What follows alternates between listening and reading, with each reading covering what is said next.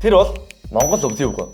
Түүнд хөвцөр цахал, нисдэг цаа буг байхгүй ч гэсэн ичдийг бүтээж байна. Сайн байцгаана уу?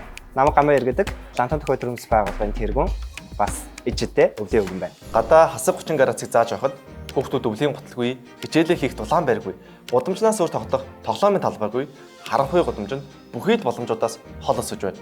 Яг л энэ эмзэглэлээс 2012 онд боловсролын тэгш бус байдал хүний наймаа таслан зогсоох үүднээс Лантон төхөө төрөмс байгууллага үе таалгаа нээж өдгөө 3 ичдийн орныг бүтээн босгоод байна. Ичдийн орныг яагаад бүтээх болсон бэ гэвэл ичдийн уу таянаас эхэлтэй юм.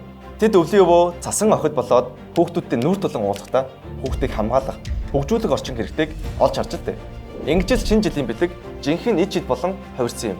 Лантон төхөөнд сайн дурын ажилтан байсан Гамбаярын хувьд 2017 оноос хойш хүүхэд хамгаалах энэ их үйлсэд сэтгэл зүрхээрээ холбогдчихэ.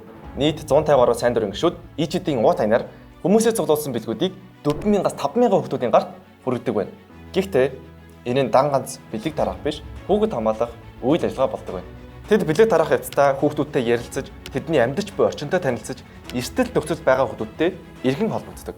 Ичдийн орон төсөл бол зөвхөн бүтээн байгуулалт биш, энэ нөгөө талаасаа тэмцэл цаашлаад маш олон хүүхдүүдэд нээж өгч буй боломж. Бид нар энэ туршлагыг үндэсний хэмжээнд хэрэгжүүлдэг. Бүр цаашлах юм бол дэлхийд гарахыг мөрөөдөж байгаа ийм баг хамт олон. Тэгэд бидний үр дүн магадгүй 20 жилийн дараа гарч ирэх байх. Гэхдээ бид нар тууштай байна гэдгээл маш сайн мэдж байгаа. Лантон төхөө төрөмс байгууллагын дан ганц Гамбаяр эсвэл Ган жавхлан гэх хүмүүсээс үл хамааран хамтын багийн хүчээр сурлан хүүхэд хамгааллын хүчирхэг системийг бий болгохын төлөө ичдтэй ах эгчнэр нь бэлгийн төгөөсөр байна. Хамгийн дулаан, хамгийн эрүүл, хамгийн дулаан үсээр дүүрэн бэлгүүдийг ууж алга, уулаад харанхуй хүйтний үйл ажиллан өвлийн өвөө цасан охид нар ичдийг бүтээхээр замдаа гарч байна.